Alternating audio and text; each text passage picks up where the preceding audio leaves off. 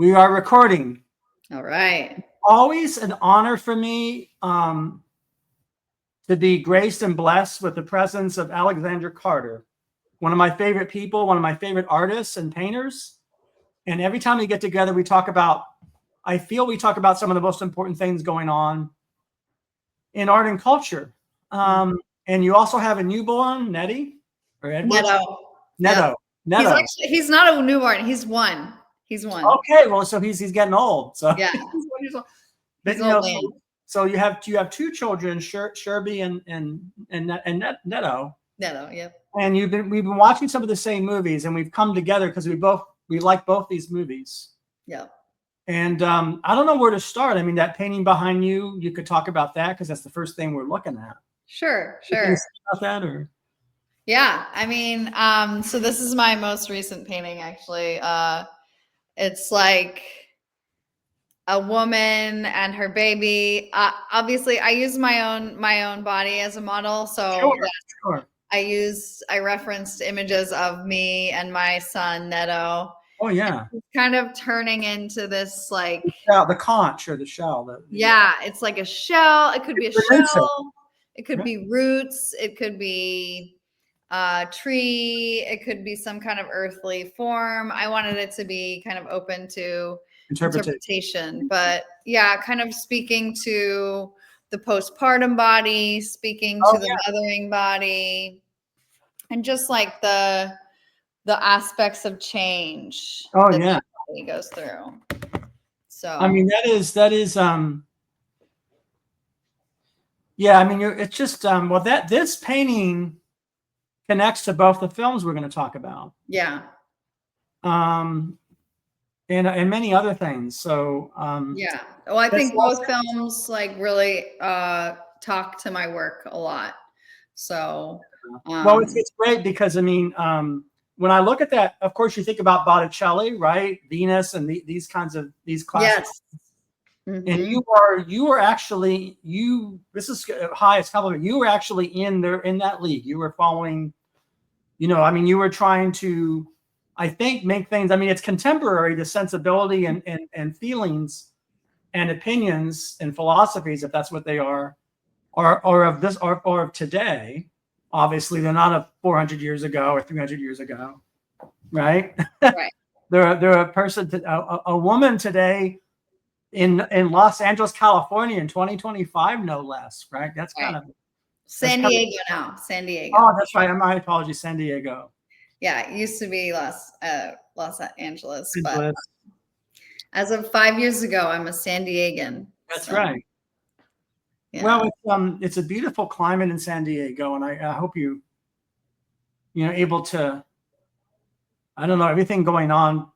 Regional politics, local politics, national politics is a phrase I would never ordinarily use. No. But it's shit. What is it? A shit? What do the younger people say?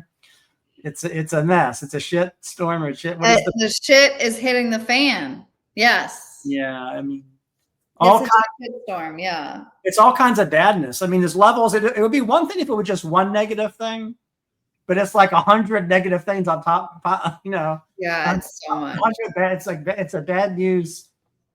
It's all bad news, every day. I kind of have to just kind of duck and cover, Yeah. I don't know, but I sort of feel like we both saw these two wonderful films, and they're, one of them I have mixed feelings about the substance. Mm-hmm. I didn't. There were things about it I loved and things about it I disliked. The other one is The Last Showgirl, which I just loved. I saw it twice. Where do you want to start? I guess it's up to you. I mean, you have a lot to say about both.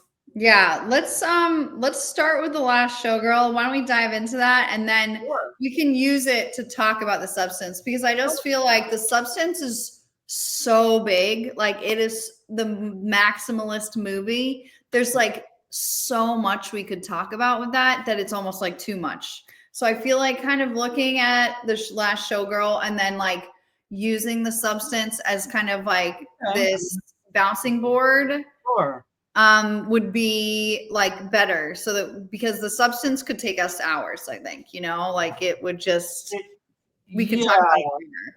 Well, there's also the things. So I don't know. I'm not hoping. not getting too far ahead of myself, but I think about Matthew Barney. So in The Substance, right? Matthew Barney, Queen Master, Definitely. and Stanley Kubrick, The Shining, and then of course, as you would know, David. On my wall. Are you a Matthew Barney fan? Yeah. One day you have to return, and we should do a episode on Matthew Barney. Yeah.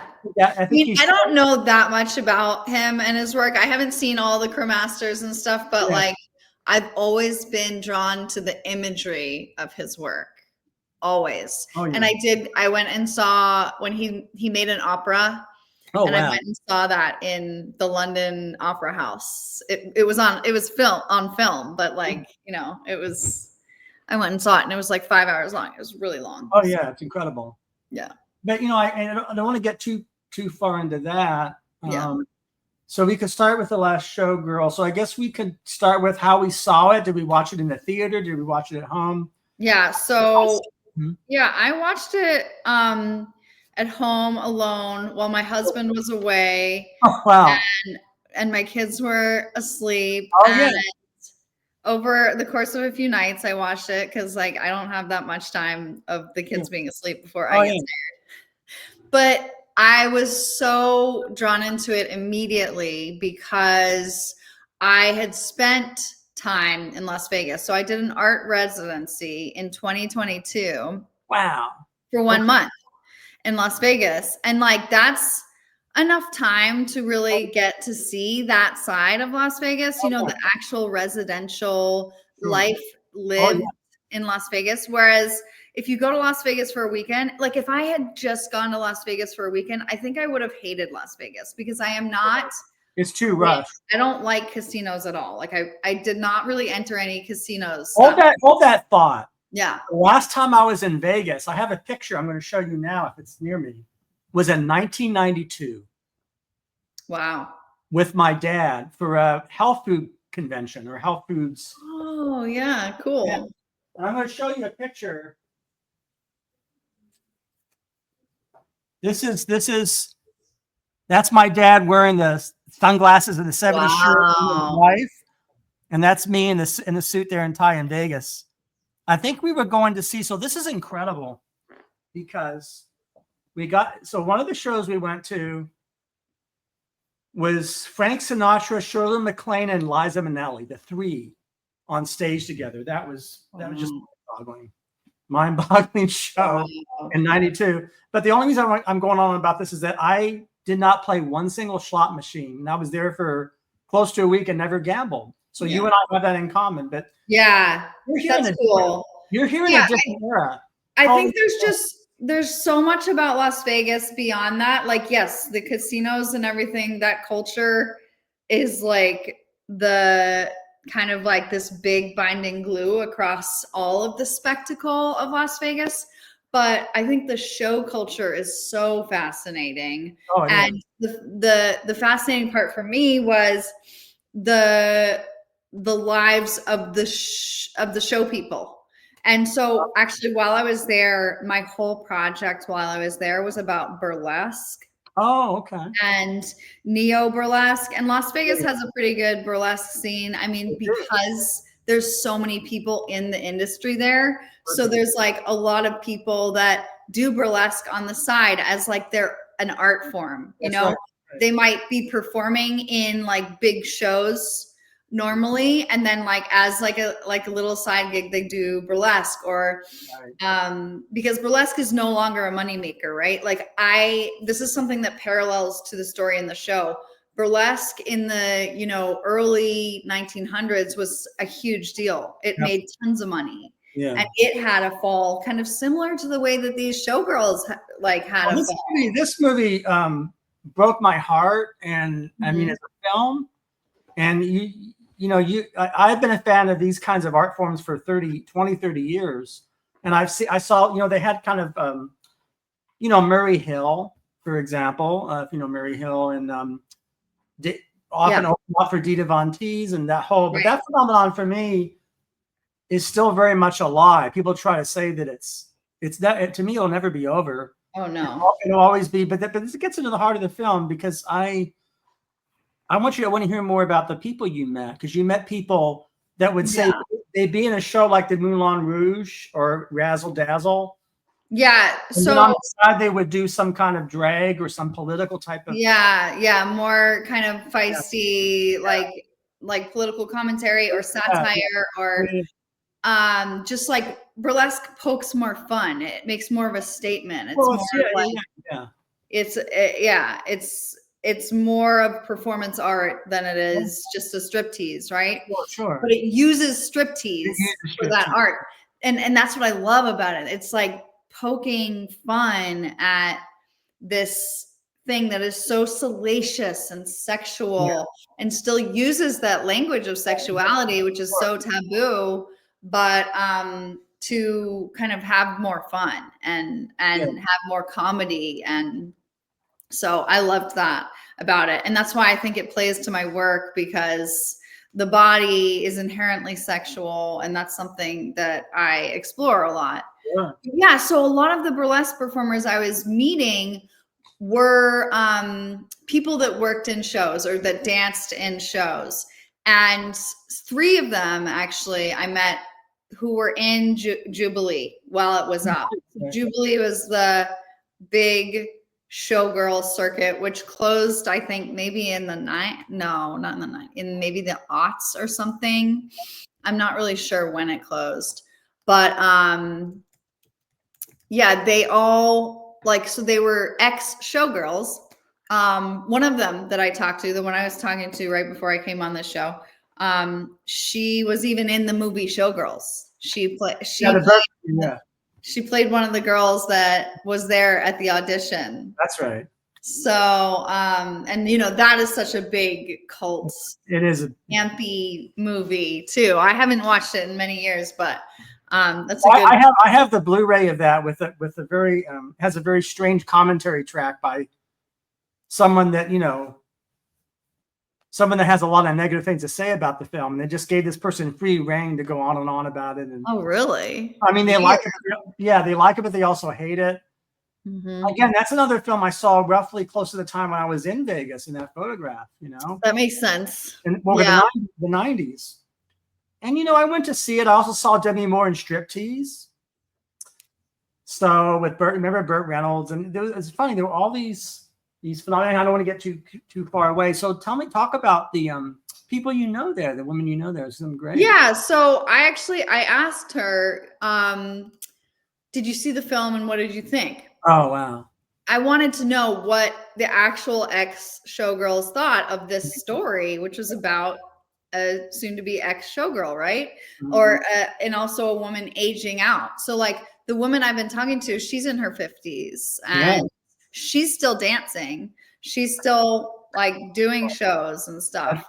But she did say, let me actually look at her messages because it's kind of interesting. I think just so the audience becomes clear, we're talking about one of the Coppola's entrance into filmmaking, Gia Coppola, her film, The Last Showgirl, starring Pamela Anderson and other great actors, Pamela Anderson and Jamie Lee Curtis. Right. Yeah, exactly. It's fantastic cast. And yeah, I was talking to my friend Tanya Tovius. She's a dancer in her 50s. And I asked her, what did you think of it? And so here's what she said back to me. I'm probably the only dancer in Vegas that didn't see it. I still need to. The girls that did gave it a lot of mixed reviews. That parts of it were realistic and some weren't. But basically the general theme of a woman in entertainment coming to the end of her dance career without a backup plan seems to be more of a thing of the past, since Vegas closed so many shows in the past 15 years. Yeah. Each hotel used to have a large production show, and they slowly all closed. We had to start learning other skills while dancing in our smaller shows because the cost of living went up, but the show pay stayed around the same. Wow. I heard Pamela's performance was a standout. Yeah, and they commiserate with what she's dealing with from the clips that I've seen. It seems like it should have taken place at least a decade ago when the Follies and the Jubilee were closing. Yeah. And most shows wouldn't have a 57-year-old dancer and then a cast of 35 and younger dancers. And she said, FYI, I am one of the audition scene dancers in the movie Showgirls. So I think I'll always be partial to that movie, even if it's over the top and campy. So yeah, well, she's I'm of the I agree with her about Showgirls. I actually think it's actually a good movie. Yeah, I do too. So we both, but that's a movie that people love to call a bad movie, and when the worst film of the. Oh, that's like, I think that's just like the aesthetics, or like the kind of signaling it has going on. You know, people just write it off as this like trashy kind of male gaze movie made for the male gaze, but it's actually not at all. I don't think. Well, they show the bodies of these. Thankfully for me as a straight male viewer, I appreciate that that's in the film. Having said that, it's a kind of a big story. There's a lot of character development, and there's all kinds of. I mean, as you know the film. It's a film. It's not a film wanting an action or character or event. Right. Yeah, and the filmmaker, I really like him. What's his name? Verhoeven. Yeah. Yeah, I really liked his Benedetta. Did you see that? Yes. Yeah, I loved that. Woo! That was nuts. Okay, wait. He's most known for RoboCop, probably, or Total Recall. I've never seen that. Wow. But yes, sticking with The Last Showgirl, what I think is so nice about it actually is, and such an antidote to Showgirls, is it's a small movie, like it's not trying to do too many things. Yeah. And it's unlike The Substance also, like it has a very short story, and but it's beautiful. It's so beautiful. Done. Yeah, it's like so beautiful. And the way the camera goes inside people or alongside people, sort of these new lighter mobile cameras, the way film is shot, one of the feeling, like when you're at the anniversary, or they're having a birthday cake, or just getting together, you feel like you're hanging out with friends. You feel like you're one of the people that work at that show, and and that's the effect of that I guess I call it mobility or agility. It has a floating quality. The handheld camera. Yeah, which the floating quality, and also with the sun, Pamela Anderson will be thinking or staying in the sun in the daylight, and then the nighttime with the neon lights in the interior and the glitter. Yeah. So it's really I guess what I'm saying is that it is a very intimate movie about people. Yeah. It's about people, human beings. But it's about people, human beings, but it's about that and those people in a cinematic way. In other words, you feel like you're not getting just people sitting talking, although they are sitting and talking. It's just the way it's composed, and the way it's just so cinematic. Yeah. And I think that's why Las Vegas itself is a character in the film. That's what makes it beautiful, is like that it's showing all these different facets of Las Vegas, like just the regular living, but also there is always this glitz and glamour that's infused into the aesthetic of Las Vegas and Las Vegans. Like even in her apartment, the way that like she has her apartment all decked out in like velvet and like over, like just like gaudy stuff, it made sense to me as a woman who was a showgirl, coming up in the 90s and, probably decked out her house that way. It just totally made sense. She actually, in a way, her character came up in the 80s. Yeah, right. Yeah, she mentions a lot of 80s. In that film, this is an unusual comparison, I suppose, but there's some truth to it. Her character reminds me of the main character of The Wrestler. Oh, that was the immediate movie I thought of when I started watching this. Yeah. Well, remember when he's signing autographs at Mickey Rourke is at this table, and some dude that likes him talks about, I don't know, John Bon Jovi or some metal band or White Snake or something. Remember this band? And Mickey Rourke says there ain't nothing like the 80s. And I thought that's kind of similar to Pamela Anderson's character. What is her character's name? Shelley. Jilly? Yeah, they have such similar sensibility. Yeah, and it's interesting too. I don't really know that much about Mickey Rourke, but I know that for him it was kind of a comeback, that movie. Same thing for Pamela in this movie. Yeah. And also I have to mention, because The Wrestler is made by Darren Aronofsky, who is one of my favorites. Oh, okay. And The Wrestler is definitely not my favorite of his movies. My favorite of his movies is Mother. Did you see that? Of course. Yeah. I mean, I love Mother, and I love Black Swan. Like, I just love both of those movies so much, and The Fountain. But anyways, I think Las Vegas itself is like this whole personality in the film that gives it this like beautiful aura. Yeah. And maybe another character in the film are those shows themselves, like those kind of, so the film is about people making a show that you would call, I guess the term for it would be traditional or classical, right? So when I was in Paris, I saw the Crazy Horse. I actually went to them twice in Paris, and that's similar, I think. Yep. And I went to a couple of these shows, and she mentions that the character Jillian mentions, these shows that she looked up to, or she's Shelley. Yeah, she talks about. She looks up. She says, "Well, we had glamour." It's interesting because I kind of feel I'm kind of with her. I'm completely identified with this main character. I want to, wave a flag for her show, and and when she talks about how she was a celebrity and she got invited here and there, and used to do award shows for MTV or something, or I don't remember what it was, or Delta Airlines, or there was some kind of, I forget these kinds of things. She's talking about the days when she, was on top, and she actually liked her job, and she believes in it. Yeah. But the interesting thing about The Last Showgirl as a film, it's about a movie about somebody who believes in what she's doing.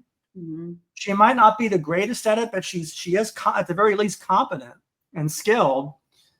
But she's in a world that's become cynical. It's interesting. It's like the world doesn't believe in anything. Or don't you get that sense? It's kind of like, at least in the film, not the real. In the world she's in, everybody, there's a lack of passion or something. Yeah. Well, there's like a loss of this particular art form, which is such a loss of identity for her. That's right. And what's interesting is it's still so true today. I mean, the showgirl is such an icon of Las Vegas, but the literal showgirl shows are no longer. But you still see the huge like statues of showgirls. I used to go running in downtown Las Vegas, was where I was staying while I was there. And I used to go running by those statues like every single day and see these huge ladies with their purple feathers. And, like it's still such an icon, even though it's over, which is interesting. I mean, now it's taken over by like Cirque du Soleil and all of that stuff. All these like really, really big production shows, which is interesting too. So it's not like there's not any art there anymore. It's just no. Totally shifted. Well, like anything that's, I mean, my own formulation doesn't have to be yours or anybody else's. I have my own categorization, and there's culture that's what I call wide appeal or mass appeal. Another word you could use is conventional, and I don't mean that as a pejorative. I mean that descriptively. And certainly Cirque du Soleil and who are the two? David Copperfield, these magicians, Siegfried and Roy. In a way, the Razzle Dazzle is that kind of show, a show that a lot of different kinds of people would kind of go to see to pass the time or for something to do. Now, the big change, of course, with the circus is it's becoming more Disneyfied and more family oriented, less erotic and less sexual, and that's on that's probably on purpose. They're like, we want to get away from that. We want to have juggling and magicians and tigers and leopards. We don't want to have G-strings or have, and so that's kind of a change, right? Yeah. Yeah, it is. It's a big shift. But Yeah, I think in terms of like also kind of paralleling it to the substance, there's this whole storyline of age too, just like a like really more basic, not like so specific to Las Vegas or just more specific to human nature as we get older, but also specifically women. Sure. And specifically women who are in that industry, right? Oh my God. It's so similar with Demi Moore's character in The Substance. Well, I'm curious what you think of that. What I think of it, I think that's the part of the movie I love. So there's things about the movie I love, and about The Substance. Yeah, and so there's actually a number of things I really love. There's things I dislike too. I don't want to belabor that because that's not really, I don't really like to rain on a parade if it's someone's parade, and but one of the first things is the feeling. So when you're watching The Substance, you're feeling things. Well, first because of the composition, it's very Stanley Kubrick and the camera. And the bare white of the bathroom, for example, or the red, and that, it's interesting, this that kind of exercise show, the Sparkle. Do you have the Sparkle, or it's time to Sparkle? Elizabeth Sparkle. It's Demi Moore in all of her beauty now, and it's a show. Again, I use the word, I guess, conventional. It looks in many ways like what would have been for 30 years. A very traditional aerobics show or exercise type show, something that's recognizable, something that a lot of people are really into, right? And so you're seeing that show and you're like, oh, that's interesting. She's doing this show, and then she does the thank you and they clap when they're done with the session, and then sort of the evil in so it is genuine evil, but it's comic too. Dennis Quaid comes in. Oh yeah. And so the other thing I loved about the show is the mouth eating and sort of the extreme close up. Again, similar to Last Showgirl, using the camera to go in unusually close to things. Mm-hmm. And like he's at the urinal and bodily functions and he's eating the lobster. And so I guess it's from her point of view that this man is very ugly. Yeah. He's so ugly, and yet he's so ugly, but yet he's the person in charge of deciding for the world what a beautiful woman is and what right. And so there's that, of course. And you know what's so interesting about that is like many things. well, one thing for me is that Dennis Quaid. You know how like some girls when they're younger they'll just they attach okay. Well, when I was in high school, I thought Dennis Quaid was this like really hot older man. And I thought he was the best. Is that because of The Big Easy? I don't know. I think it was the movie The Rookie where he played like a like baseball guy. And I didn't care at all about the movie. And also I think he was in like The Parent Trap or something like that. And I thought he was hot in that. But I was just a little girl, Right. Nice. Sarah. But it's just so funny because I always grew up thinking he was just such a beautiful man. And now seeing him this way was like, oh my God, that was the man I used to love. Like, that's crazy. So it's the power of the film. It's also the power of the acting. Acting performances. I mean, that's a lot of people.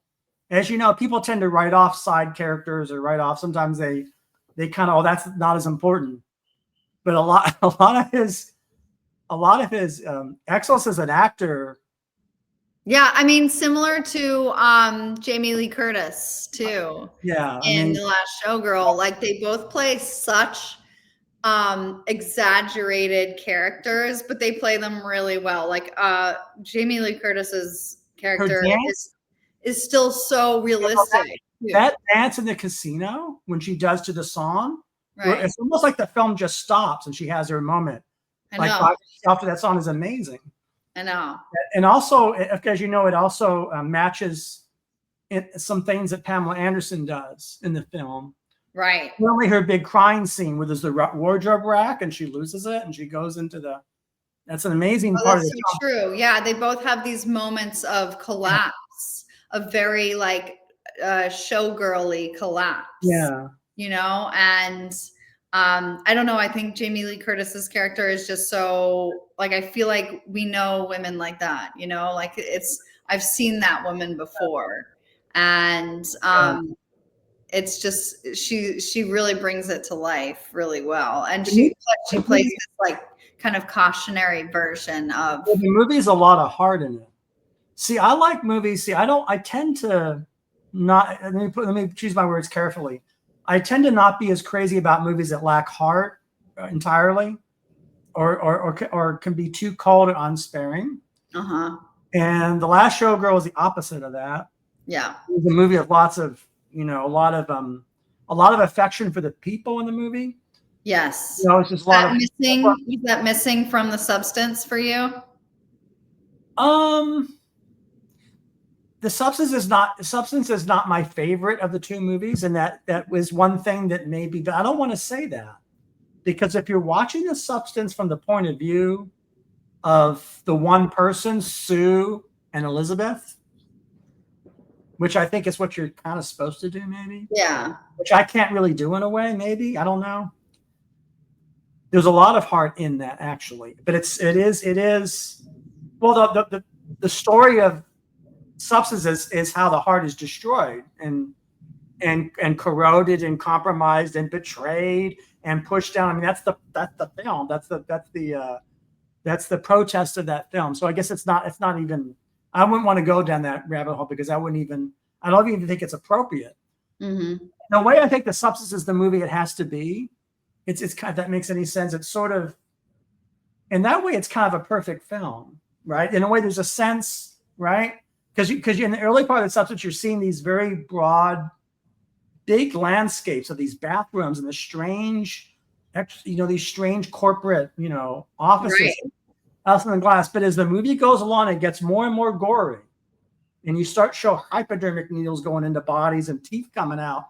It gets more and more blood. It's actually perfectly accelerates. Yeah, it's It's really amazing. And then there is that explosion at the end. And as much as I dislike the ending in many ways, I'm not crazy about its preachiness. And it's very preachy and very, very moralistic ending.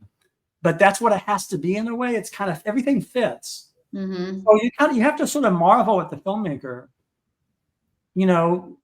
A lot of movies are made, but they usually aren't as well made or as do you know what I mean? It's just kind of a perfection to it, if I can use that word. The Substance is kind of perfect.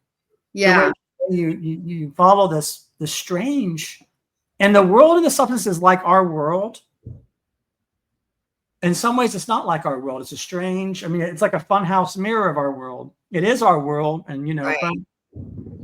Yeah, funhouse mirror is a good way to put it, for sure, because it seems like exaggerated in some ways, but also so contained. I'm impressed because I'm impressed by the landscape, and this is the thing about it that does remind me of Matthew Barney and Kubrick.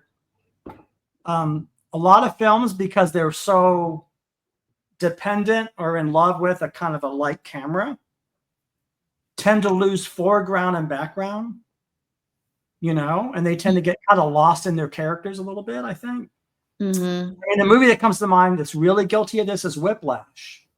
In Whiplash, you often can't tell where you are. Like when one of the musicians are playing, it kind of, you can't see this, that's the thing about that movie. And that's just the way it was shot.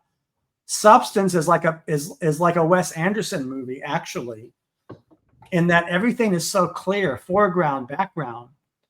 Yeah. So much thought went into that. Yeah. And what that does is that makes you in the audience, no matter who you are, you could be me, you feel something for its main character in a way. I think because of that, it kind of draws you in. And there's also the weirdness because you're seeing her point of view of this man at this urinal and eating this lobster and this insanity. Right. And all these instructions, that's almost like it's almost like what you would get if you had cancer. It's almost, is that a reference to the medical? It's like, you must, it's like this regimen, these sort of medical regimens that people with disease have. Is that kind of what it's referencing? Well, yeah. Also, it could like reference IVF too. Like I like that's a medical regimen where you're like given all these instructions and it's like, do it at this time. You must do it. Yeah. And like, it feels like that. It's like, I can just hear the unts of that music and think about my experience doing IVF and being like, like all these injections that I'm doing. I was doing like 3 injections, 2 in the morning and 3 at night. Like it was a lot. And it was there's that set, so you're watching and you're like, well, you've lived many things like this film. So not just simply being a woman, but also having that very special, I guess I could call it a gift, but yet that gift does involve, I guess, discipline of timing and I don't know, what would you call it? Medicine, and everything's on schedules and these kind of instructions. It's like an instruction thing. Yeah. Which is interesting because it kind of goes along with my whole, like the way that my brain works ever since becoming a mother too, is like everything is on, like there's instructions on how to like handle a baby and like in my head, like that's what it feels like. And I'm like, that is the thing that's changed the most about me in terms of daily life from before I was a mom and now a mom, is that before there was like this like real freedom. And now it's like, there are times I have to do certain things and for these children and for myself and, get dinner on the table this very specific time, it's interesting because The Substance is the movie that doesn't really have an aspect of motherhood to it. And that's something that I'm so drawn to in films. Whereas in The Last Showgirl, that is a whole like underlying story, is her role as a mother, not only to her biological child, who she's somewhat estranged from, very much, but also to the other showgirls. Which I think is so interesting. And she is like a mom when she says, "You're really going to audition for that? You're going to do that, really?" Right. Well, she says, "I don't like this show. Stay with us," kind of thing. That's very much on. But then the whole other part of this has sparked in me this realization that's generational. So generational aesthetic differences, and how Shelley's daughter does not get this culture. She's like, "Oh, this is weird. This is boring." Her mother's own show. So this very show that I might like and appreciate, and that the mother might do, she's kind of resistant to it. She's like almost like there's a wall between the daughter and the show. The daughter, which is like the wall between daughter and mother and daughter, I guess. And you also feel for Shelley, because you see her intentions. So you see that she like. Sometimes people, I guess I'll put it this way, I don't know what you think about it. Sometimes people can be very imperfect, or they are imperfect, but their intentions might be perfect, or their intentions, right? And what do you think about that, Shelley? I'm not saying she's, I'm just saying you sort of see her point of view is what I'm saying. Yeah, absolutely. I think we see both, because I mean, it's voiced, the criticism of her is voiced through her daughter and through Eddie's character. When they're both like, "Why did you leave me with a Game Boy in the car while you did these shows when I was a little kid?" Because she couldn't hire help and she didn't want it. It was inappropriate to have her backstage. And I thought, I don't know how inappropriate that would be. Depends on what, I mean, it's. I know, but I rewatched it. I watched it a second time and really paid attention to the dialogue there because I wanted to hear what her defense was again. And I think that's what she said. Yeah. And given kind of her reaction to, what is her name? The Mad Men girl, Shipka, the youngest showgirl, when she does that new dance, which is very salacious and twerky. It's the kind of thing you would see at a contemporary strip. Yeah. And given Shelley's reaction to that, it made sense that Shelley thinks it would be inappropriate for her young daughter to even be around regular showgirls. Just topless women. That's understandable. Again, that's also a belief of the character. Yeah, exactly. It's not like a cliche, but this Shelley did the best she could in the 80s and 90s. She thought at the moment was right, and she was trying to make a life and a world for herself, right? Yeah. It's out of the norm of probably what her background was. Yeah, well, I think anyone who works in the arts is out of the norm. I know.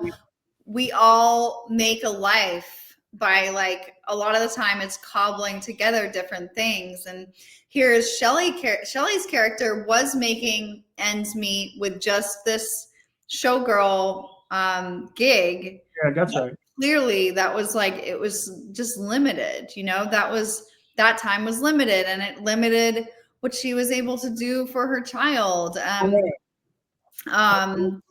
She has a few monologues speaking to that, how everyone just expects so much of mothers. And I think her line was, I took a screenshot of it. I think it was like, mothers are not saints. We're just regular people. And really explaining, giving herself the space to be both things, like good at mothering and bad at it. Like there's both. And that's like something I'm working on in my work too. Just like that aspect that you can be both things, and like you can be both a happy mother and bummed about it too, or you can feel different things about it. It doesn't have to be all or nothing. And I think it's not a binary all or nothing. Right. But I took some screenshots. Do you mind if we show some of them? So this is a beautiful. See, isn't that? Yeah, he was great. But look at the beauty of how that's what I'm calling cinematic. Cinematic doesn't have to be, action or wilderness. It could be a person's face, it could be, or like that these amazing, or them talking on, the landscape of Vegas, and them looking in the, right, beautiful. Yours are probably on a computer, right? Or I'm pulling mine up. Here we go. Well, there's the one that you talked about, actually, and this is just me taking a picture of my monitor, of my beautiful. Yeah, of her collapsing. That's her collapse. Yeah. So I was right. There is a wardrobe rack. There's a wardrobe rack, and that's a little bit like one of your paintings. Yeah. Right? Yeah, and then I turned the subtitles on so that I could get the line. That's a little bit like the seashell. Like you would have some of your things, you might have like a background seashell or but it's like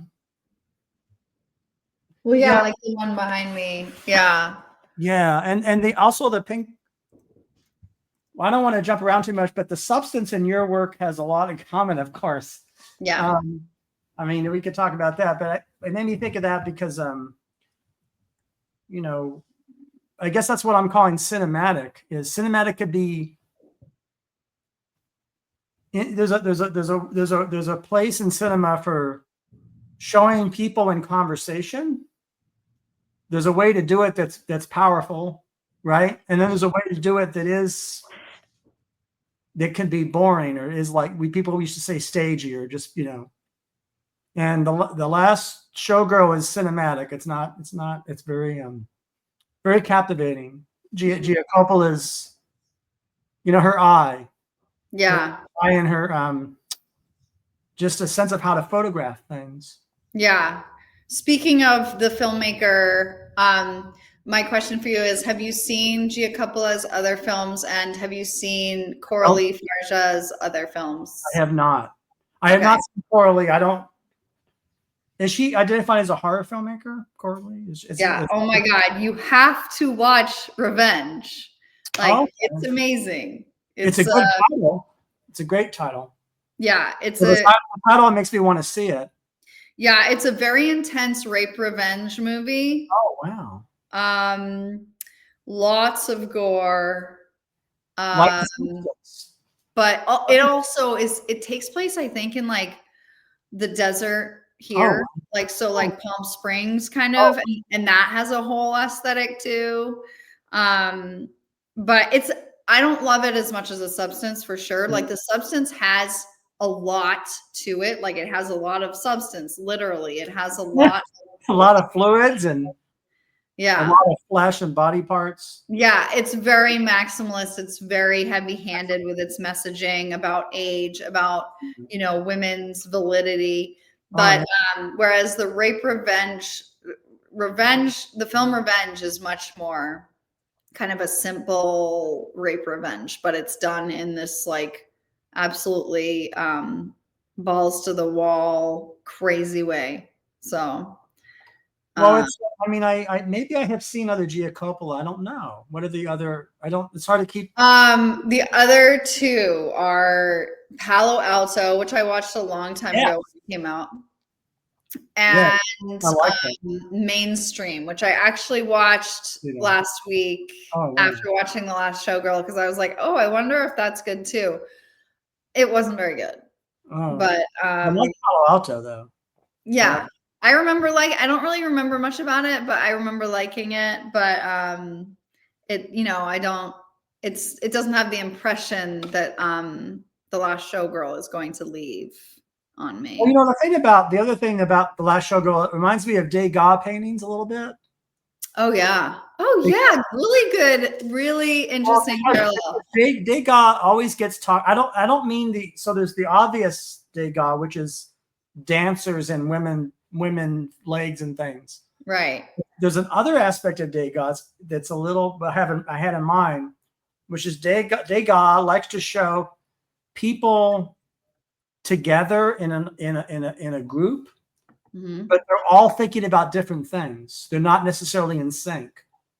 Do you know what I mean? Like somebody will be looking over here and so there's a lot of that in that. Remember that table scene when they get the news, how everybody's a little bit, Eddie, everybody's in a different perspective. And that's true. And that's true. I mean, I'm looking at some of his dance, even this, oh wait, no, that's the wrong one. I'm looking at some of his dance images. Let's see if we can, even this one is kind of everyone's looking in different directions. Now, from what I understand, he's one of the first to do that actually, or to do that in a kind of, and there were a handful of painters that were interested in that. And that's just something to think about. I don't know. Maybe it's well, it kind of speaks also to the ensemble of characters in this film, because they all have such different kind of personalities and points of view, and even acting. The cast itself is like so varied, and I love that about it. This it's amazing. I mean, it's an actor's movie, Last Showgirl. Yeah, definitely. Now, as of course, I'm going to say again, so is The Substance. Yeah. So Margaret Qualley, is that how you know? She's so good. Yeah. That's a whole other thing. Yeah. So Margaret Qualley and her, I guess it's a feud and her unity. It's both unity. So it's interesting. You are one. There's all these messages. Right. Remember, you're the same person. It's almost like a test, like Big Brother's watching you. Big Brother wants you to know that you're the same damn woman. And of course, from an audience perspective, they're not really the same, right? They seem like separate people, but then that's another question, about this artificial person. But I don't mean to go on and on, but what I'm saying is acting, those two women, acting, that's a thing. That's I'm thinking, boy, they're both, Well, I think they both do so well at playing like the beauty and then also the beast, right? Like they both have this monstrous, absolute monstrosity to them. With Margaret Qualley, it's like her like just vindication in the fact that she needs to keep existing, and like she'll do whatever it costs, even that she's breaking all the rules in order to continue to exist and survive. And also and her teeth are falling out and like she's doing whatever. It's almost like the filmmaker said, I'm going to find the most sensitive things, right? Find the things that actually naturally discuss people or most people. And I'm going to put them in there, like tooth extraction and bleed and blood, right? Right. I mean, blood itself doesn't bother me, but what does bother me is knife cutting and evisceration. That, I don't, no one's like to think about a knife entering your stomach or your. But here's the thing that's exciting about that is that there's a moment when Sue is being interviewed, and the thing she says in asking about this Elizabeth and Sparkle and who she was is a thing I've heard millions of people say and millions of times from 20-somethings to 30-somethings about our generation or about Gen X or about Boomer. It's identical. So the script is, oh, that's okay, but it's kind of old and it's not relatable. And it's what my mom liked. Almost like a disparagement. This is like almost like the mom, Elizabeth Sparkle, lived in a different universe or a different era, a different planet that has nothing to do with me. I thought, well, that's such a strange, it's such an alienated point of view. It's like that's their stuff. And it's almost like saying, well, we're what's relevant. Sue is saying it's our time. And what's odd about it is that it's not that far apart. I mean, we're talking about what, 30? Is 30 years a long time? I mean, it's almost like taking something that's 25 or 30 years ago and talking about it as if it's 100 years ago. Yeah. No, it's just so strange. But am I right that you hear this all the time? It's like, oh, that's an out of date. Totally. That's like Richard Simmons. It's almost like you're not supposed to do exercise that way. We do it this way. Yeah, and it's so interesting for me. It's interesting for me too, because like I still think I'm like, I'm still not used to the fact that I'm the mom now. I'm that era. I'm the older era. And now like I'm watching things lately. Like I just watched the documentary about Alex Cooper. She's like this, like, I don't know. She's younger than me. And it's like I'm like coming to this realization that like I'm like losing touch with like the pulse of the youngins, and it's just so interesting, this process of aging, and whether we do it, if we feel challenged by that or sad about it or like totally fine. It's something, it's a dynamic that it's a dynamic. So I'm gonna this is the part of me that allies with the film and allies with the filmmaker very much. Definitely this.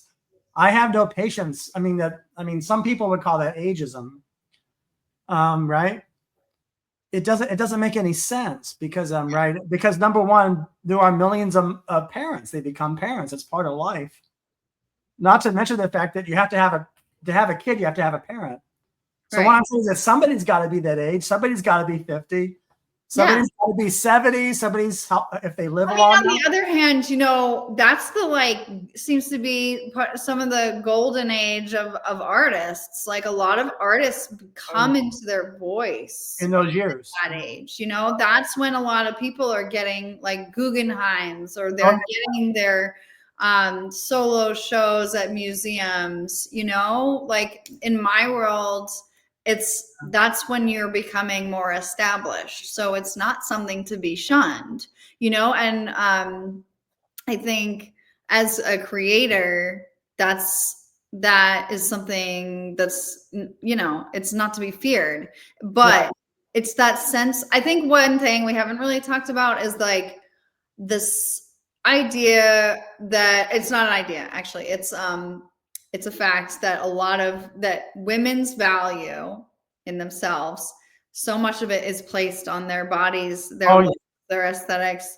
And so when that fades, there is such a sense of loss that I don't think men deal with as much. There is this real sense of the loss of validity, and especially if your career depends on that.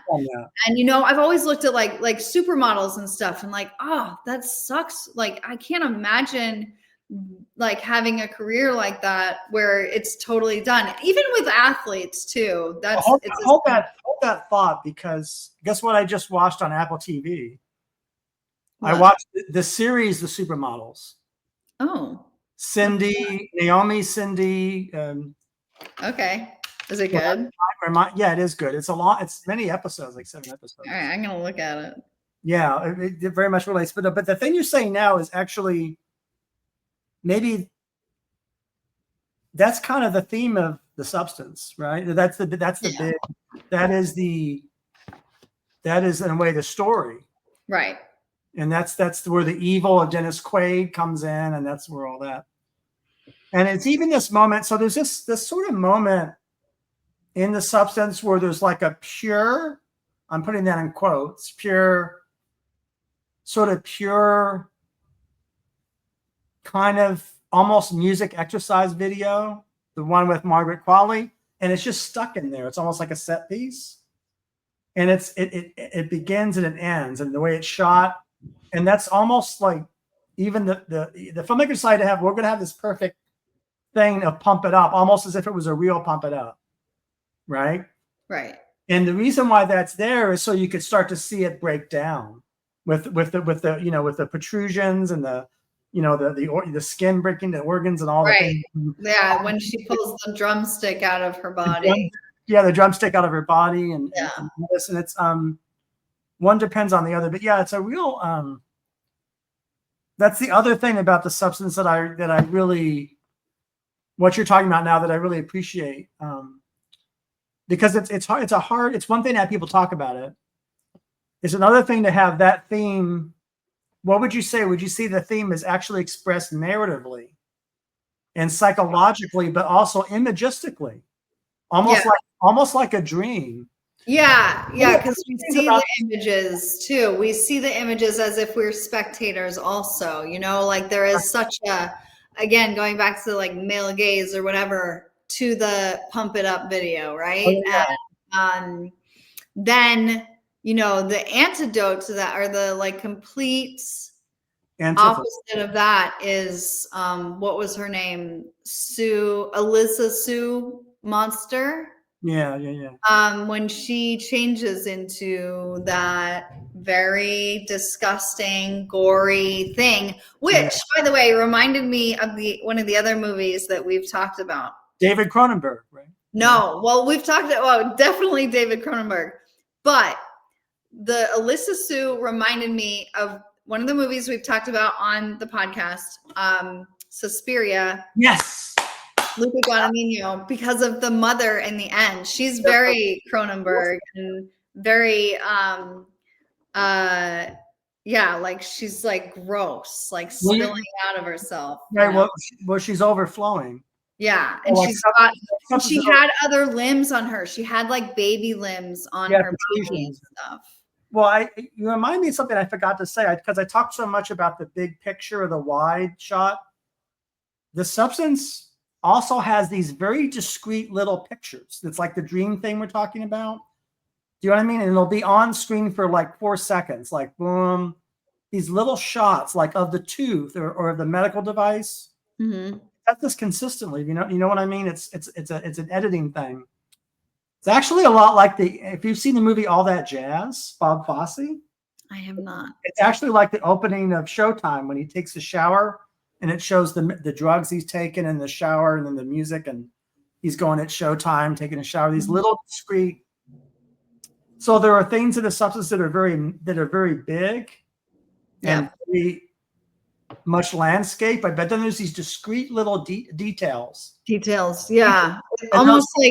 It's almost like they give a shot of like all the ingredients that add up to this story. Absolutely. Yeah. And but what I'm saying is, it's one thing to have to try to express something. Is another thing for a film to actually literally express it. Like not just literally, but also metaphorically. both. So the substance has both. There's a metaphorical, but there's also quite a figure or literal. Interesting that it does both, Again, it's a very complete movie. As I said, I don't know what words I don't want. I mean, it's not the greatest movie ever made, but there is a perfection. There's a kind of like everything you're talking about now, you actually undergo it. The audience undergoes the problem in the film. Well, yeah, that's like this idea of affect, right? Of like, completely like you smell the smells and you feel the sensations and you have that visceral reaction to this imagery. And that's definitely a Coralie Fargeat specialty, I think. Like if you watch Revenge, you'll see that too. And I think a body horror thing, right? That is what body horror does and why Cronenberg would easily come up in this conversation. Because also this film goes much further than a lot of those other films in focusing on the details. Mm-hmm. The details, like the package, and the package, the envelope and the words. Right. Like the detail of the word Sue. This is Sue's story. This is Elizabeth's story. Right. It's like different chapters. This is part Elizabeth part, Sue part. It's interesting compared to The Last Showgirl. I listened to as many podcasts or like interviews I could get my hands on from both Coralie Fargeat back when I watched The Substance, and then I listened to a bunch of Coppola after watching The Last Showgirl. It's really easy to get into Coppola's head and like see exactly how she made this, what she was thinking about. It's not as easy to get inside Coralie Fargeat's because I think there's just, like you said, there's a lot going on in the movie, and like there's so many interpretations that can be taken from it. Whereas The Last Showgirl is like, people kind of have criticized it for being just a character sketch, and in some ways it is, but I think that's not a fault at all of the film. No, that's not. That's actually its virtue. Yeah, that's virtue as a movie, I think. But that's me. But I don't know. But it's interesting you talk about the opacity of the substance. Yeah, it's kind of a little bit almost an irony because of how explicit and clear so much of the substance is. Right. Right. It is so. These discrete images. I mean, some of the things are very. As a maker, I just love imagining how these filmmakers chose what they did, what influenced them to make the decision to have the font of the substance medicine to be what it was, that kind of thing, like all of these and to have it delivered that way. I don't know. It's just, whereas, with Coppola's decisions, I feel like, that was so influenced by her own time in Las Vegas and stuff like that. Like I understand how she got to those decisions. Whereas with this, what I think is a masterpiece is The Substance is a masterpiece. I want to know how Coralie Fargeat got there, what brought her to making these, especially aesthetic decisions about this, there's lots of just black and white interiors and tiled floors and tiled walls. And I think it's really fascinating to think about that. Well, the black and the red. Yeah. You have red and black, and there's different kinds of red, right? There's a watermelon, and there's like an orange red that's right. different. Or like a shot will start in blackness, and then the scene will be lit up in time, or the opposite. It'll be like a flashlight, and then it'll become black. And that's what I mean. Those are the things in the film that lead you to your conviction and conclusion about it. Right. Mm-hmm. Yeah, and I don't know that much about filmmaking at all. I don't know how it's done. When people talk about how the camera in The Last Showgirl is all handheld, it's like, oh, I don't notice. I don't know that, but I think it's still fascinating to find out how filmmakers choose the language that they use, There's a sense too in the substance. Would you agree with this? The substance of a movie is kind of closer than most movies, or at least most movies that I've seen recently. It kind of documenting what life is. Do you think that's, no, there's almost I don't mean documentary. So it's a very stylized movie, even artificial. Yeah. But it's this thing, part of the movie is actually extremely realistic and very truthful. So it's actually more truthful, more true to life, and more accurate. Do you think that's the feeling that I had about it? There's a kind of accuracy in it. How? Yeah, I don't know, because it's so exaggerated. It's so blown up. Because and it's so metaphorical. I think that, and again, that's what draws me to horror so much, is it's such an overloaded metaphor. Well, sometimes an artist will use metaphor to talk about. So I'm calling into question the fantastic realistic distinction, and I'm saying that sometimes really fantastic things end up being more realistic than things that try to be realistic. So in a way, The Substance is a realistic film, by which you're actually experiencing what people undergo in life, like what women undergo in life. So that's actually on the screen. That's what I'm calling realistic. But it does it through a fantastic way, or it does it, you know what I mean? It kind of does it. That's kind of the only best way I can explain it. I don't know if that makes sense. So you think maybe because it drags us through the trenches so much more, maybe because it highlights this, it's like much more sensually triggering, Yeah. Yeah. And takes no prisoners. That's one of its virtues. Yeah, for sure. A lot of films, sometimes movies could be really coy. Sometimes movies could be really afraid. Yeah. They don't want to go places. Right. Oh yeah. And that's what I love about The Substance, is like that it is not afraid. And people criticize it for being too heavy-handed, but I don't mind that at all. I'm like, I feel like in my work aesthetically is not heavy-handed, but when I talk about it, it's very everything has a meaning, and I don't shy away from expressing that, even though it's open to interpretation. I'm so happy for other people to have other takeaways from my work that I wasn't thinking about when I made it. I just love sharing what I was thinking about, because I think it brings people further in. It makes it more than just an image. So it does make your work relatable. Yeah. And that's why I would call your work in part realistic. I mean, I don't know if you would. In other words, there's a there. There's a real. Yeah. Well, realistic in the same way that you say that The Substance is realistic, I would say. That makes sense to me. Yeah. And also you're participating in the probably, would you say that's the biggest subject in painting? Your subject of painting is the subject. Oh yeah. Mother and child. All that. Yeah. And not to mention the thing about the body and aging. That's a big, I mean, everybody ages. Unless they escape another fate that might be worse, right? Everybody ages, and because you're going to be around for enough time to age. Yeah, I mean, it's universal. And we also deal with that kind of Mary Gordon thing. Did you ever read Mary Gordon, Purity and Danger? Mary Douglas, I'm sorry. Mary Douglas was an anthropologist that wrote a book called Purity and Danger, where she talks about how cultures develop phobias of bodily functions and fluids, and where that comes from, and that very much connects to The Substance. And also, in part, connects to your paintings. I think some of them, not all. Yeah, of them. I'm gonna look it up. Yeah, Purity and Danger. So humans don't like in between things.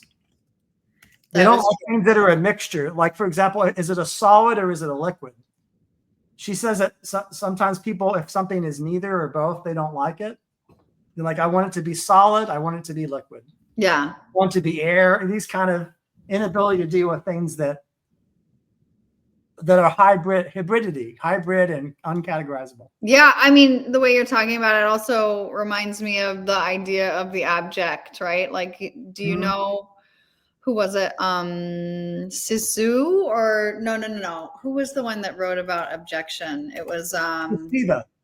Yes, Christiva. Yeah. So this idea, I think the abject really comes into play in the substance, right? Yeah. As she's starting to age, and the things that we cast off bodily, that are humiliating or degrading, I think it is so powerful in that movie. So speaking of which, what's your beef with the ending? Why did that not satisfy you? I don't think I have a beef with it. That's a word I would never use. Okay, so pardon me. So the ending is perfect. The ending is perfect. I agree. Yeah. But I don't really like it that much. But that's a taste thing. Okay. That's a whole style of art. I'm always going to not be in love with political art, and that's a lot of art. Yeah, so it has nothing really. That's sort of is that fair? No, I'm not. That's actually not really. That's just a preference thing. There are exceptions. I mean, that's always the case. But when the film goes in that direction, they're kind of like, oh, well, that is my less favorite part. But as I said, it's perfect. So in a way, the ending has to be. In a way, the ending has to be what it is. Yeah. So why? Because it's an education of the audience. It's like we in the audience. It's like the film is like in a way a teaching film. Yeah. But actually, I don't like art that's teaching. I don't like art that teaches. So that's fine. So we all have preferences. You know, some people don't like musicals. Believe it or not, some people don't like operas. You know, it's hard for me to understand that. But yeah, I'm not a big fan of musicals. But I am. I love musicals. I love operas, and I that's what can I tell you? Some people. Yeah. Okay. So what is it you weren't a fan of? Because you and I text all the time about horror movies, so it's not like you had a problem with the gore. So what was it? You just didn't see it. I do think it's a little bit too gory. Okay. It's more gory than I would like, but on the other hand, I'd sort of go with it. Yeah. I did go with it. I did. I sort of felt like, so I felt like one part of me was clapping and happy for the triumph of the ending. Mm-hmm. And a part of me kind of sympathized with this audience who's the villain. So I'm of two minds. But are you only one mind? You don't have, so it's an interesting. I always see all sides of everything. The only time when I wouldn't see a side is if it's to me just simply evil, which is why I keep describing Dennis Quaid this way. Dennis Quaid is to me irredeemable. Right. To this film, but that audience is just like regular people that want to see a pretty show, and you could say that maybe I could say with the filmmaker that we need to get away from this, but that also I'm going to be 58, and so you're the same age as Pamela, as Elizabeth. No, but you are the same age as I'm Pamela. identically the same age as Pamela Anderson. Yeah. Gen X. Yeah. Maybe that's why I identify with her so much. That could be. Yeah. I don't know. But and that's another thing I want to talk about is, did you watch Pamela Anderson's documentary on Netflix? Yes, I liked it very much. And did you watch Pam and Tommy, the show about them? Unfortunately, I did. Yeah. Yeah, I know. Well, I mean, I know it was rough for her to have that resurface again, but 2016. I can't. That's unbelievable. That's great. Do you mind if I show?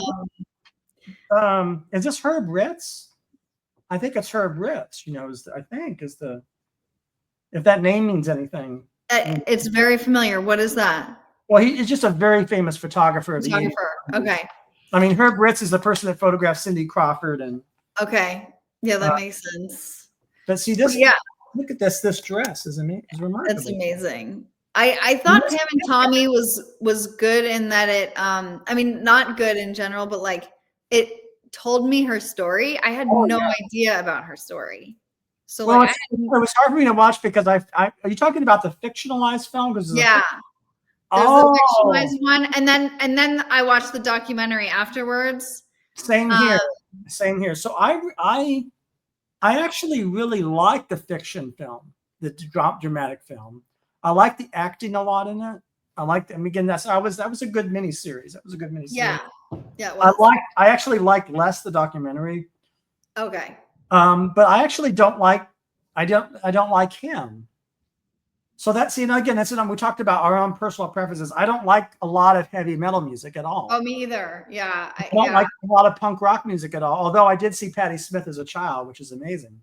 Wow. You think about that. And the 7-year-old, so that's a little talk about being backstage around things that are not. Yeah.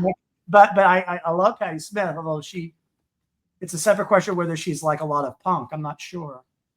I mean, she's certainly part of it, but she's very different. Right. I don't think she entangled her identity that much with the music. I just feel like as a, you know, I mean, my takeaway from Pam and Tommy, that miniseries, was like poor Pamela, you know, like that was so awful the way that things turned out for her. But my other takeaway was like, wow, like she has this whole story that I never knew as someone, you know, growing up when Baywatch was on. I didn't watch it, but like, you know, that's what I knew her from. So here's the thing that I take away the most from the documentary, Pamela. I saw the original Chicago Bob Fosse in the 70s with Gwen Verdon and Cheetah Rivera. So when I'm watching her perform in that show right, the show that she's in. Since I know Bob Fosse's work really well, and to see her learning those moves with that choreographer, and to see them talk about how she's doing this Roxy Hart, that for me is kind of a big deal. I don't even know. I mean, watching that made me wish I could go see her in it. I wanted to see her Chicago and see. Well, yeah. What did you think of what you did see in that documentary of her? I loved it. I really felt that it was just like this is the next stage. This is like she's carrying in a way. It's going to sound weird, carrying the torch of Anna Reinking and Gwen Verdon. She's Roxy Hart. She is that show. That's cool. She's learning Fosse's moves, which aren't easy. And she's that. So that's a whole, you know, that's a whole thing about her as a performer on the stage, a musical theater performer. And she's singing great too. She sounds great in the song. And so I made me want to see the whole show. So that's kind of her thing, is doing that stage show, right? After the pandemic the pandemic. I talked for too much about it. You did ask, so I'm sorry. I think that's interesting. And then, you know, her next project, I think after that, was The Last Showgirl, which kind of like was a nice kind of slide from in terms of showbiz, which is really cool. But well, also Razzle Dazzle is one of the big songs in Chicago. Oh, is it? Okay. Dazzle, you know. So maybe that was what Coppola was thinking of. Maybe that's maybe that's why she chose that name. Yeah, that makes sense. Who else did you meet in Vegas? There's Tobias, but who are a couple of the other people that you? Tanya Tobias was the one I mentioned. There was another ex-showgirl, Jenny, and another ex-showgirl who I met like basically going to see burlesque shows. Oh, they were either performing or they, you know, a lot of the burlesque show audiences were other performers. And so I would meet them there and it was really fun. And actually Tanya and Jenny, they were performing in a review, so something like La Razzle Dazzle, called Burlesque, which is not actual burlesque because it's not like people like making their own acts. it was a actual review. You know, I don't really know what that word really means outside of the context of Las Vegas, but like, it, you know, what the razzle dazzle was a review. And so Burlesque was like a bunch of acts that look similar to Burlesque, but in a Las Vegas show kind of setting. And it was really fun to go and watch. I went and saw that show, and afterwards I had a drink with all the performers, and it was really nice to see, you know, them all kind of like getting up to go back to their lives, and hear what it was like for them, and getting into this business. I mean, for them, it's a job, you know, and it's so interesting to see that side of things. In my work, I'm so interested in performance and the body and movement. So I've looked at dance and all different types of performance, and a lot for imagery, for inspiration. So that's why when I did this residency in Las Vegas, which was like very well sponsored and supported, it was amazing. When I applied for it, it was this proposal all about like how I was going to really look at the world of burlesque in terms of my work. And so actually at the end of the residency, I had an exhibition. Some of my work. And at the opening, I hired 2 burlesque performers to put on their acts. And one of them she's amazing. She's called Buttercup, and she designs a lot of costumes, but she's also a mom, and she has an act all about Mother Mary. So she kind of like, she comes out with roses around her and this blue veil, and she slowly undresses herself. So it's, you know, kind of sacrilege in the sense. It's really playing with those themes. Mother horror, And then at the end, she has her pasties, you know, the little things that go on the nipples, and they actually squirt what looks like breast milk at the end of her act, which was fantastic. That sounds really, that's the kind of thing that can only be experienced properly in person. Yeah, absolutely. Yeah. I had some images. I had a professional photographer there taking pictures, and they were so cool. But the other act that I had during the opening was a woman in her 70s who's still doing burlesque. So it was fantastic to see her play with those tropes of like, I'm sexy, even though I'm like playing with, I'm a sexual body still at this age. And, you know, taking her clothes off, like for an audience, which is, it was amazing. That gets me very excited to hear about all that, because that's and she's still. You got to again. I hate to put it this way, in a post-pandemic streaming world of screens, you know, live performance, right? The beauty of live performance. Somebody doing their thing in person with people, right? Yeah, that's a thing. You're gonna get an excerpt of it, or you looking for her? I'm trying to find. So Tiffany Carter was the other performer for me. She's very active in the Las Vegas burlesque scene. But I'm like, I don't know. I can just go back in my Instagram and go back to 2022 to show you some of these, because I know I posted some pictures of Buttercup at my show because she was really great. I think I probably have some of Tiffany too.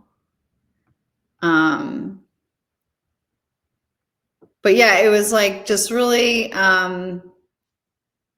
it was a great way for the show to culminate with these performances. And you know, it was a funny space, I think, for burlesque performers to to perform in a space of like gallery. Yeah, in a gallery, because there wasn't as much hooting and hollering, and like the burlesque performers are very used to having that kind of presence, that like a lot of heckling and kind of verbal enthusiasm.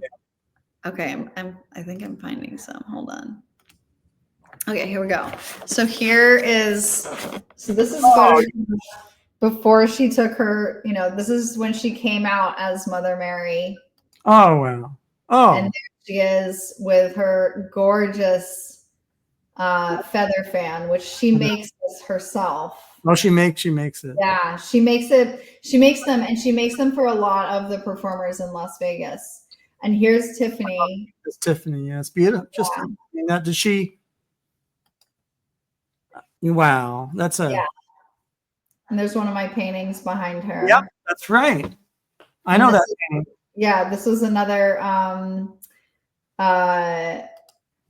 burlesque performer who helped me kind of like put on the show. Oh, wow. Tessa Ivy. She's also wonderful. But yeah, they were all amazing. These are all burlesque performers that came to the show. Well, that's a real big deal doing that in 2022, coming out of the coming out of the pandemic and that's that's such a natural expression of your painting, of your though what I just saw is a perfect fit. Yeah. And kind of interesting seeing those women. They seem like they really fit in the gallery. Yeah. Show me there, almost like that's a natural space for them. Yeah, it worked. It worked for sure. That's And yeah, I had Sherby was there, but she was only 18 months old, so I don't think it was inappropriate. Well, it's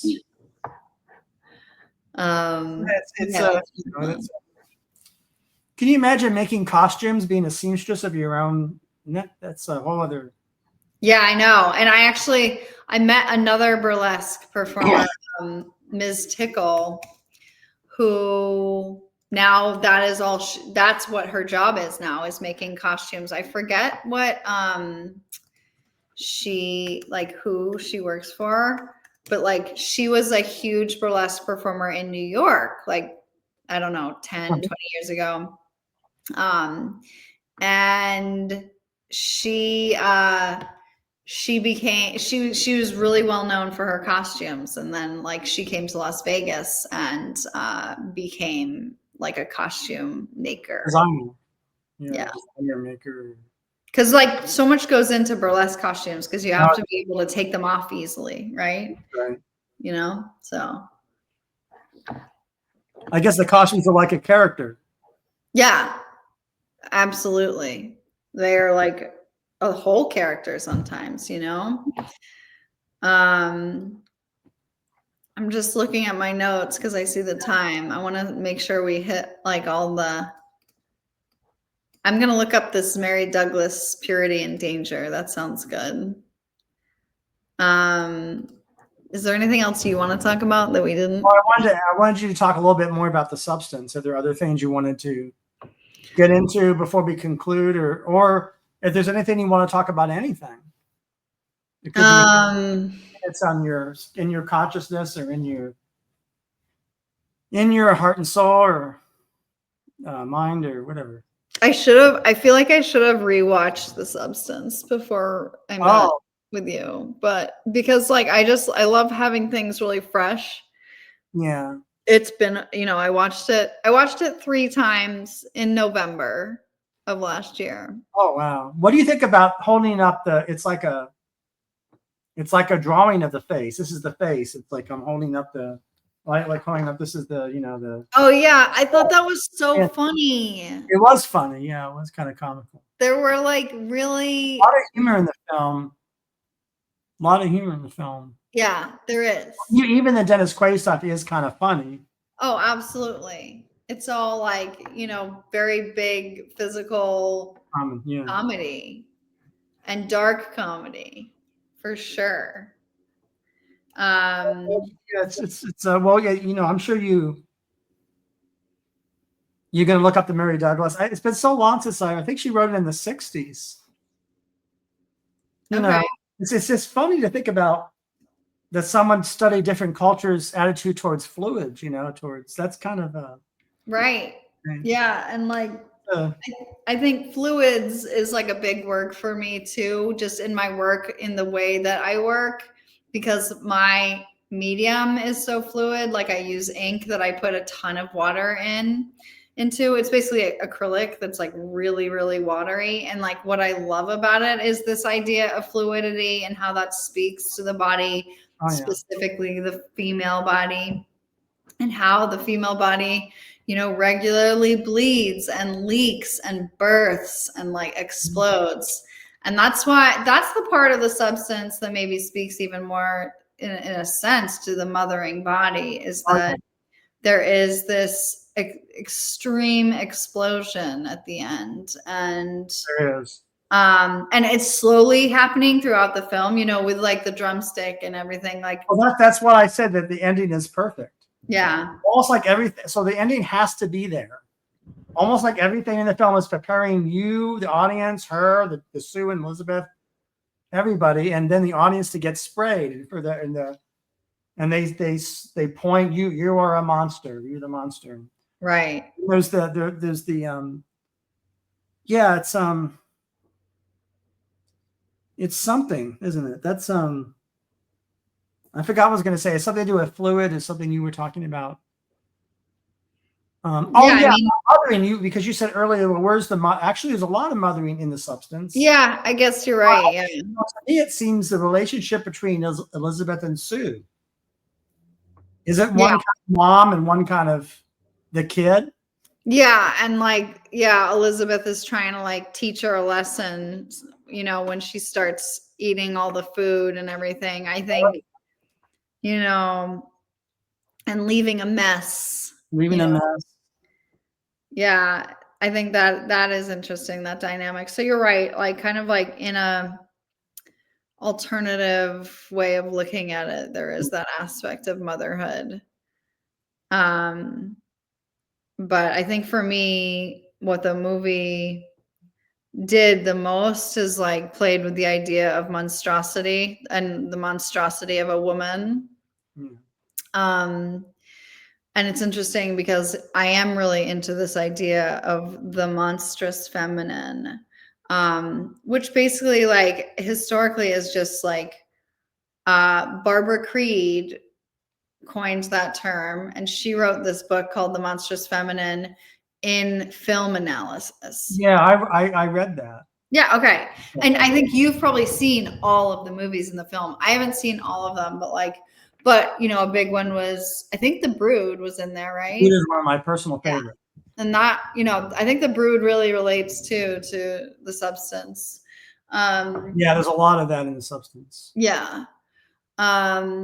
And just looking at these different female archetypes and their monstrosity, and kind of how monstrosity gives them a place of agency, which is what I'm looking at in my work, is how like monstrosity, not as this bad or pejorative word, but as something that is instigating like a new strength. And that's something that I was really overcome with when I became a mom. In my body, I felt in my bones like this like new monstrosity, which was really interesting. And you know, there are just images of monsters all over my wall, my image wall, which, you know, is like covered with stuff. Because that was my new reality. I felt in my body that there was this monstrous quality, and not in a bad way, but in this way that the mothering body is grotesque. Like it changes so quickly, in a sense. Like it goes from like being big and bulbous with an actual human being inside of it to then not. and like exploding with a lot of fluids, you know, a lot of amniotic fluid and blood and shit and everything, you know, and to, you know, having this other being on the outside of the body, and then you're breastfeeding, and you know that there's a whole interesting kind of monstrosity to that, which is beautiful but still kind of like alluring, and how kind of messy it is sometimes, you know, messy. In the early part of the substance, there is a beauty, not just the beauty of Demi Moore doing her TV show, but also the surface of the skin. When actually early on, when she said, well, let me ask you a practical question or informational question. It's hard for me to really know literally what goes wrong. Things go wrong. Is it many things, or is it the whole thing? Is the whole thing just a trick? So you could see that this whole thing is just a bogus trick that's played on this poor woman, that's engineered by these suits. Now, that's kind of the way I saw it. But if you wanted to see it as as like something particularly goes wrong, what do you mean? You mean in terms of why she gets fired? No, in terms of what starts to happen to her, what goes wrong with the treatment, right? It's like, well, yeah. Well, yeah, that's from Sue taking over. Yeah. It's the alter ego. And then she starts punching. She actually literally punches. Well, she could say she's punching herself, or she's, Yeah. But that's almost not as important in a way. I mean, it is important, but that's a technical thing, right? Having to do with the science of the movie, right? Because the movie has its own alternate. It invents, right? And that way, it's like a science fiction movie, right? There's a universe of the film, right? Right. And I guess this treatment is some kind of treatment or some kind of a thing in the film. Yeah, that is definitely the like science fiction element of the whole thing. I think but it's not so far off, right? Like we're making all these crazy medical advances all the time, and there's so much plastic surgery now, and all these new ways to do it, and Botox. Mm-hmm. There's ways to kind of that there are things that this parallels in the real world. I mean, you see actresses now that look pretty great in their old age, and you wonder how. I don't know, but like I think so there is, again, it's speaking to the reality while at the same time being so exaggerated, like you've pointed out. Yeah, well, I first came across that idea in the 90s when somebody suggested to me that musicals were kind of realistic. Because they actually depicting what people want or think internally. Right. Look at it that way, it's realistic, right? Yeah. So internally, you see yourself running through the air. Well, yeah, it's like narration of any sort, too, right? Yeah. Like that's why I love the films of Terrence Malick. Are you a Terrence Malick fan? Yes. Okay. I love all the inner dialogue. Like it's so beautiful. Like when we hear the inner dialogue of his subjects. Tree of Life. Yeah. Tree of Life. Everything. I mean, I think the war movie, Thin Red Line or whatever it was, had that. And the one that I didn't really like that much, King of Cups or whatever that was. And well, my favorite was The New World. The New World. Yeah. About Pocahontas and John Smith, but I think, I just loved that one. But all his films are good. Yeah. People are gonna have different favorites, Yeah. Okay. We went to one of his most recent ones, the one about the conscientious objector. Hidden Life. No, it was what was it called? A Hidden Life? Yes, that one. Yeah. About the Nazi. Yeah, Ed wanted to walk out. He did not like that movie. Oh. He thought it was too indulgent and slow, and I didn't love it, that one, but yeah. I think in general, Terrence Malick. Maybe there's somebody that wanted to walk out of the substance and thought it was too. Oh, I'm sure there were plenty of walkouts in the substance. I hope not, but maybe that's just the reality. Oh, that's the reality of body horror, you know? Oh, so you're saying that anytime you show gore, there's people that can't look at gore, or people can't. Yeah, I don't know. I'm kind of curious now. Did a lot of people walk out of the substance? I'm gonna look it up. I don't know. It's just a.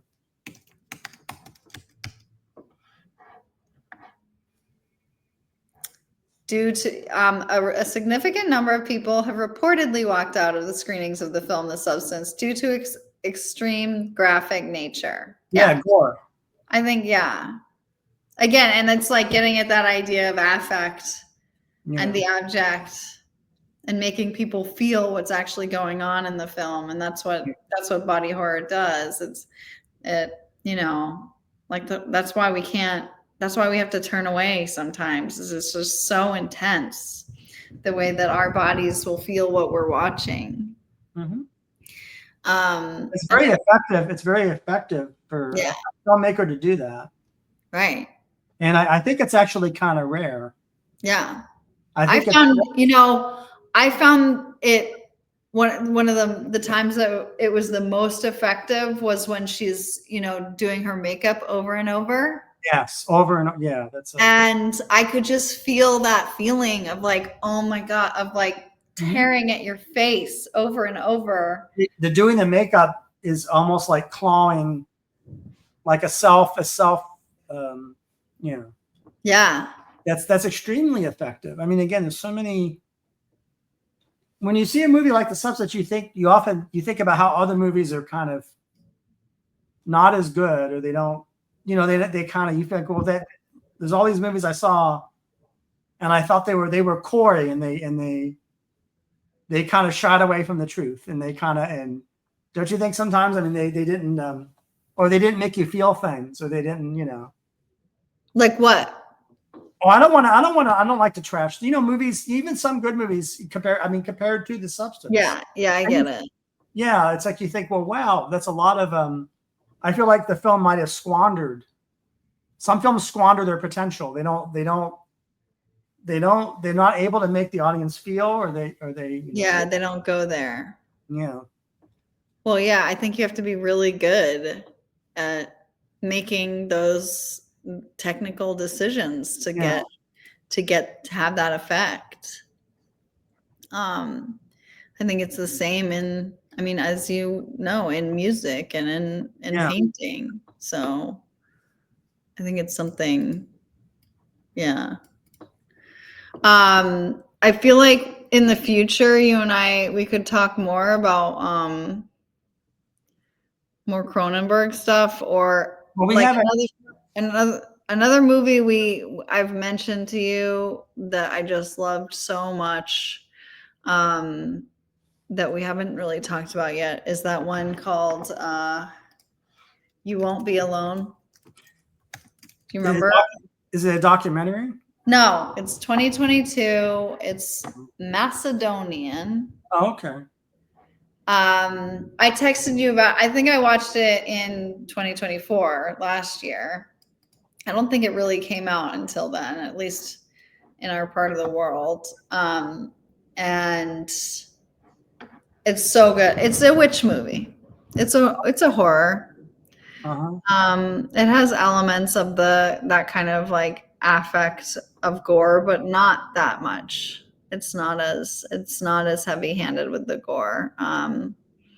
But it's beautiful, and what it does have is what we're talking about this internal dialogue being narrated, and it's beautiful in that Terrence Malick sense. It's kind of like a voiceover. That's the word I'm looking for. And it's all in another language, so you have to read the subtitles, but it's still really gorgeous. So, Alex, I really enjoyed this. Yeah, me too. We'll talk for 2 hours, which is worth it. Yeah. Oh yeah, another movie. Wait, I just finished last night. Magpie. That was very enjoyable. Did you? Magpie? I have not seen that yet. Yeah, it's on Hulu. It also deals with some of these interesting themes of parenthood a little bit and kind of tensions around that, but also one of the actresses in Magpie is the main actress in Revenge. Okay. So there you go. There's 2 movies that you should see. For sure. Well, that would make it 3 movies. Yeah, well, 3. Yeah, for sure. Yeah. Well, this is your moment to say, as the guest, what's on your consciousness to conclude, or something you want people to think or feel, or maybe, you know, whatever, or think, or what. I mean, I think, you know, I think what is great about us talking about these 2 films, and that people should make sure that they find in themselves, is that these stories are there's so much more than surface value. Even with The Last Showgirl just being a character sketch, there's still so much going on in it, right? And just to use them as examples of how we are such multifaceted creatures, and we have so many conflicting emotions and personalities within us, and that's just like human nature. Yeah, that's it. And to make room for that, and to let stories be told about that, I think is you know, a huge takeaway for me. And then with The Last Showgirl, it's definitely like, what is it, you know, what is it about making art, right? Because she really considers herself an artist. Yes. That keeps you alive, you know? And it's true. I think art keeps us alive. So I can't think of a better thing to say. On this day, Friday 13th. Right, Friday the 13th. And on my podcast. So thank you, Alex, as always. Yeah, thank you, Mitch. We will return. Yeah. Return. And For say sure. hi to Minnie for me. Okay. All right, bye.